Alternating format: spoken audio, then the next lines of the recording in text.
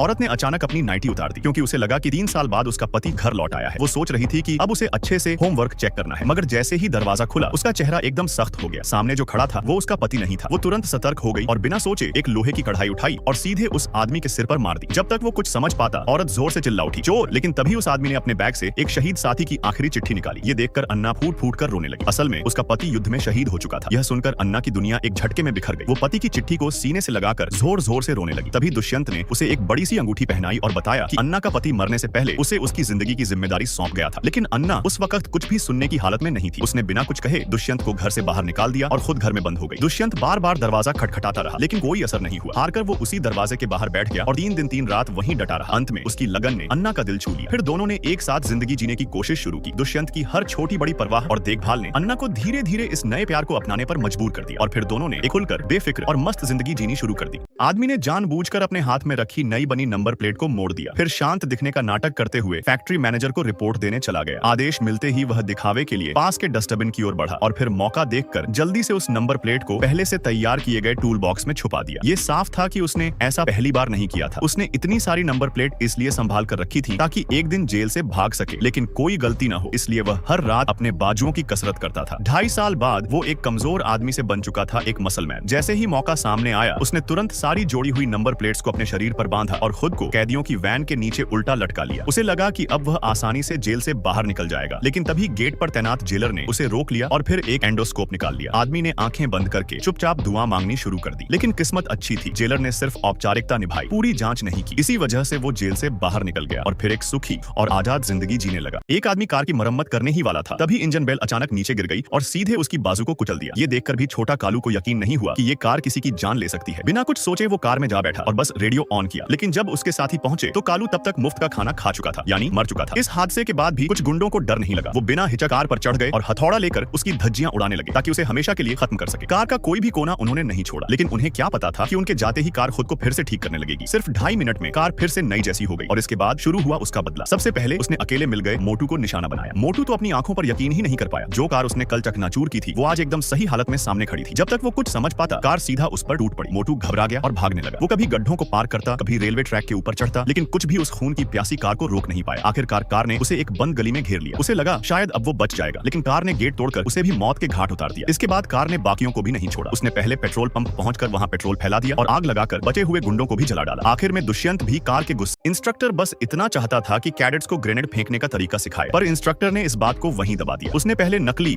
यह है Myanmar border का एक खतरनाक मानव तस्करी अड्डा। यहाँ जो भी लड़कियां पकड़ी जाती हैं उन्हें पहले पानी के टैंक में फेंक दिया जाता है और 3 दिन तक भूखा रखा जाता है। जो थोड़ी अच्छी दिखती हैं उन्हें मेहमानों का मनोरंजन करने के लिए भेज दिया जाता है। उन्हें थोड़ा सा खाना देकर उनके साथ जो चाहे वो किया जाता है। अगर कोई उनकी बात नहीं माने तो उसे बिजली के झटके दिए जाते हैं। ये सजा इतनी भयानक होती है कि उन्हें सहना मुश्किल हो जाता है। कुछ लड़कियों पर तो अजीबोगरीब मैदा प्रयोग किए जाते हैं और तो और कुछ को तो फूलदान में ठूंस कर बड़े लोगों को दिखाने और नीलामी के लिए रखा जाता है। यहाँ जिसे एक बार लाया गया उसका इंसान होने का अधिकार ही छिन जाता है। इन तस्करों के तरीके भी बेहद चालाक हैं। वे सड़क पर भटक रहे भिखारियों तक को उठा लेते हैं। कोई नींद में होता है और अगली बार आंख खुलती है तो खुद को इस अड्डे में पाता है। कुछ तो सीधे सैलानी होते हैं जिन्हें पकड़कर गाड़ी में ठूंस दिया जाता है। ज्यादातर को उनके अपने दोस्त ही धोखा देकर यहाँ भेज देते हैं। जब तक किसी को कुछ समझ आता है तब तक बहुत देर हो चुकी होती है। यहाँ से भागना नामुमकिन है। हर समय जगह जगह पहरा रहता है। कोई पकड़ा गया तो उसे बुरी तरह पीटा जाता है और कभी कभी तो वहीं उसकी जान ले ली जाती है। हालांकि जिनके पास सुरक्षा होती है वे बच जाते हैं, लेकिन यहाँ मौजूद तीरंदाज और भी ज्यादा डरावने हैं, जिनका अब कोई इस्तेमाल नहीं बचा। उन्हें निशाना बनाकर अभ्यास किया जाता है। समुद्र के बीचों बीच एक औरत 2 साल से भटक रही थी बिना किसी खाने पीने के, लेकिन हैरानी की बात यह थी कि जब भी वो मछली पकड़ती तो उन्हें पानी में वापस फेंक देती। ये देखकर किसी को भी अजीब लगता, मगर उसकी इस हरकत के पीछे एक खास मकसद था। समुद्र में मौजूद सीगल्स को अपनी ओर आकर्षित करना। जैसे ही उसने मछलियां फेंकनी शुरू की, आसमान में उड़ते सीगलों ने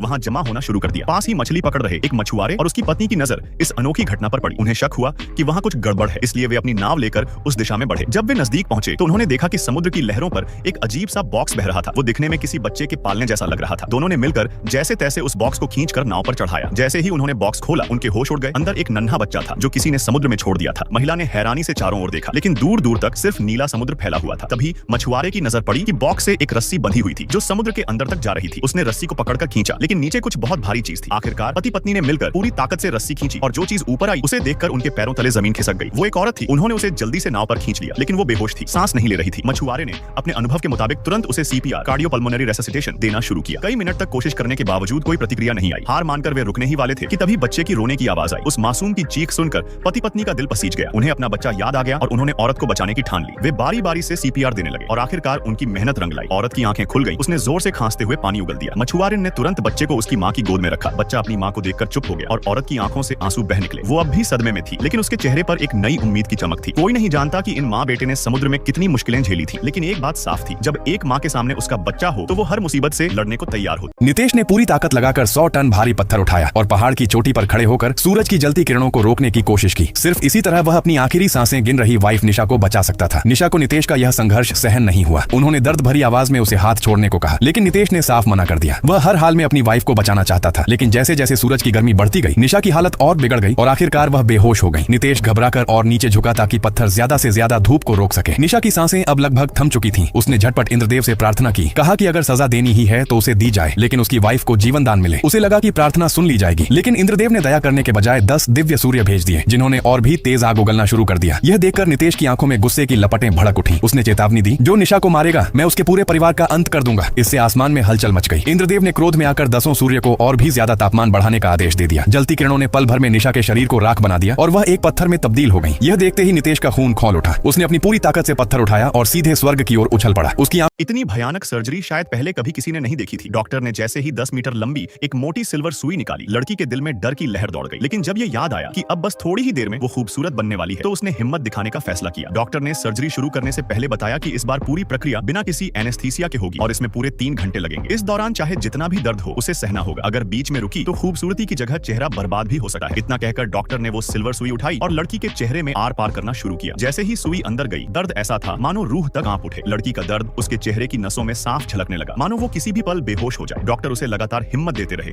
और अपने काम में जुटे रहे। उन्होंने कहा कि अगर वो ये दर्द सह ले तो आज का दिन इतिहास बन जाएगा। और हुआ भी वही। 3 घंटे की इस दर्दनाक प्रक्रिया के बाद सर्जरी आखिरकार पूरी हो गई। अब अगर लड़की को देखें तो पूरी तरह से पहचानना मुश्किल हो जाए। उसका चेहरा पहले से कहीं ज्यादा निखर गया है और उसकी खूबसूरती में गजब का बदलाव। ये रहस्यमयी लड़का जिसे सब अस्सी कहते हैं, उसके पास सुपर पावर है। टिंकू को जब होर्डिंग पर बने बर्गर खाने का मन हुआ तो अस्सी ने बस हाथ घुमाया और बर्गर सच में सामने आ गया। टिंकू नहा रहा था और पानी खत्म हो गया तो अस्सी आसमान से कूद पड़ा और 2 बार ताली बजाई। देखते ही देखते बादल आ गए और बारिश शुरू हो गई। अस्सी कभी किसी ऐसे को नुकसान नहीं पहुंचाता जिसे कोई प्रोटेक्ट कर रहा हो, लेकिन अगर उसे कुछ गलत दिख जाए फिर वो नहीं रुकता। वो जादू से नए नए कपड़े भी बना सकता है। टिंकू को अगर पसंद न आए तो वो सेकंड में नया लुक दे देता है, मगर टिंकू कभी संतुष्ट नहीं होता। इससे नाराज होकर अस्सी ने उसके सारे कपड़े ही गायब कर दिए। एक दिन टिंकू क्लास में था। अस्सी ने चुपचाप टीचर की पानी की बोतल में पाद मार दी। पानी तुरंत डिशवॉशर में बदल गया। जैसे ही टीचर ने घूंट भरा, उसके मुंह से झाग उड़ने लगे। पूरी क्लास हंसी से लोटपोट हो गई। फिर टिंकू ने एक मजेदार एक्ट किया। उसने अंडा निगल लिया और मुंह से चिकन निकाल दी, लेकिन ये सब भी अस्सी के इशारे पर हो रहा था। शरारत यही नहीं रुकी। 8 टीचर ने टिंकू को डांटा तो अस्सी ने दीवार की चूहों की पेंटिंग को जिंदा कर दिया। चूहे सीधा टीचर पर कूद पड़े। सब बच्चे चीखते हुए क्लास से भाग निकले। अस्सी कोने में बैठा हंस रहा था, वो भी सुअर जैसी हंसी। अंग्रेजी टीचर ने जब मॉनिटर को होमवर्क इकट्ठा करने कहा तो अस्सी ने सारी कॉपियों का कंटेंट निगल लिया। जब टीचर ने कॉपियां देखी तो सब खाली थी। गुस्से में पूरी क्लास को 1 घंटे तक खड़ा रखा गया, लेकिन सब बच्चे अब अंतरिक्ष में झूला झूल रहे थे। आखिरकार शरारतें करते करते टिंकू और अस्सी कैदियों ने जेल से भागने के लिए दीवार पर अपने शरीर से जोरदार टक्कर मारनी शुरू कर दी। सबको लगा कि ये सिर्फ बेवकूफी कर रहे हैं, मगर हैरानी की बात ये थी कि लगातार टक्कर मारने से दीवार में सच में एक दरार पड़ गई। इस बीच जेल के गार्ड्स को इस बात की जरा भी भनक नहीं थी। उल्टा वो दोनों को देखकर हंसने लगे और उन्हें पागल कहने लगे। ये सुनकर लड्डू भैया को गुस्सा आ गया। उसकी एक जोरदार दहाड़ के साथ ही पूरी जेल के कैदी जोश में आ गए, मानो उन्हें किसी ने जोश का इंजेक्शन लगा दिया। सब ने मिलकर दीवार पर जोर जोर से टक्कर मारनी शुरू कर दी, लेकिन अगले ही पल दीवार तो नहीं टूटी, कैदियों की हालत बुरी हो गई। गार्ड्स को लगा जैसे वो कोई कॉमेडी शो देख रहे हैं। 2 साल तक लगातार कोशिश करने के बाद भी दीवार में जरा सा भी फर्क नहीं पड़ा। कई कैदी हार मानकर बैठ गए, मगर लड्डू भैया और अमित अब भी हार मानने को तैयार नहीं थे। जब उन्होंने एक बार फिर टक्कर मारने के लिए दौड़ लगाई, तभी अचानक आसमान में एक काला धुआं छोड़ता हुआ लड़ाकू विमान उनकी ओर झपट पड़ा। इसके पहले कि कोई समझ पाता, वो विमान दीवार के बाहर जोरदार धमाके के साथ टकरा गया। धमाके की लहर इतनी तेज थी कि मजबूत दीवार में एक के बाद एक बड़ी दरारें पड़ने लगी। कुछ ही पलों में वो दीवार जमीन पर भर भराकर गिर पड़ी और कैदियों की आजादी की राह खुल गई।